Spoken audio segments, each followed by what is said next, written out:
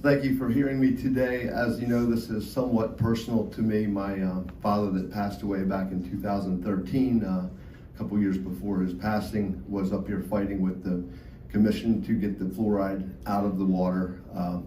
It was something that he was very passionate about. I had the privilege of my father, while he never made a lot of money, he drove around in a $300 car.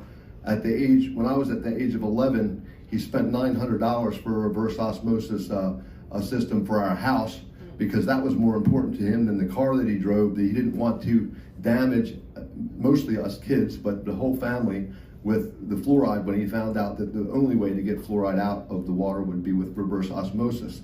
So he was way ahead of the curve on a lot of things.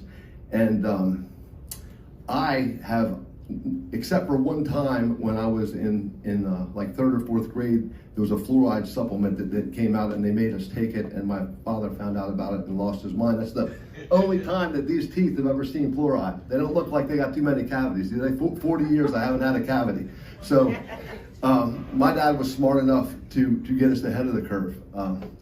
So I'd also like to talk about, we find out a lot about who's on the right side of things by who are what I call our enemies are. And when I see something that's reported or that's encouraged by the World Health Organization or by Rachel Levine and even the World Economic Forum, all promotes this fluoride, and you have to ask yourself, why?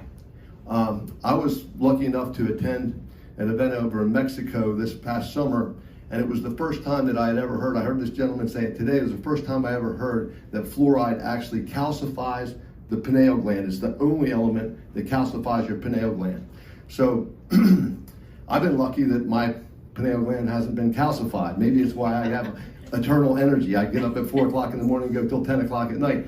I have, the pineal gland is represented in ancient history as the third eye, our connection to our spirituality. It's also what I consider a driving force. When I hear that the IQ has been lowered, of all these reports of kids that are taking tests that are IQs directly proportional to how much fluoride is used in the waters, it's stunning. But when I think about that in a logical sense, it makes sense, because I don't believe that, like some of these doctors here who their vessel is filled with knowledge from the universities, I think that real learning comes from the lighting of a fire. And the lighting of the fire is that pineal gland. That's our fire that connects us to spirituality. It gives us drive. I got a high school education. I've done pretty well because I got the fire burning.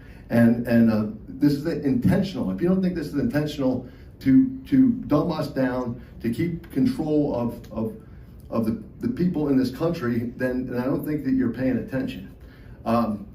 The fluoride, unfortunately, and I'm going to take a few minutes because there's 100 different things said that I was going to bring up today, but the fluoride's not the only problem. So as we know that the fluoride that they're putting in the water is not natural occurring fluoride.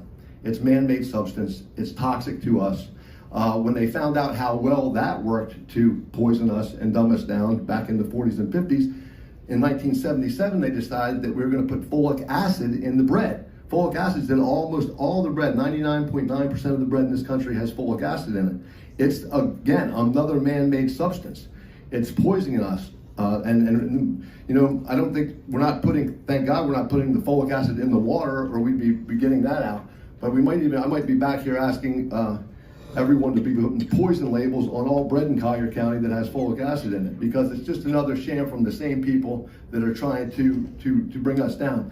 And you know, the difference between right now and when my dad was here 13, 14 years ago, whatever it was, fighting against the fluoride, the difference is we don't trust the white coats anymore. They got up here and put on the same show. I just listened to them. You're saying not to say the same things over again. Almost every one of their talking points from the university is exactly the same talking point. And they've been using it over and over again. It's the same things when I sat here with my father 14 years ago that they used. As a matter of fact, the gentleman, Johnny Johnson, came up. He goes around the whole state doing this. I don't know if he's paid or not. It doesn't matter to me. But you got to wonder what is driving it. What's the driving force? Why are they trying to do this? Why are they trying to put a neurotoxin in our water that's poisoning us? Look, You know, I never had to take a shower where my skin was absorbing a hot shower. You open up your pores and having you know, a neurotoxin pour into your skin. Thank God I wasn't. But everybody else in this county has been subjected to it, and it's certainly time that we like Mark Twain says. It's hard sometimes to realize when you've been duped. It's hard to admit it, but I think we need to you know, time for us to be responsible. We have a great group of commissioners up here that I think is going to make the right decision, and I've never felt more blessed to live in this great county of Collier County. Thank you, commissioners. Your next speaker is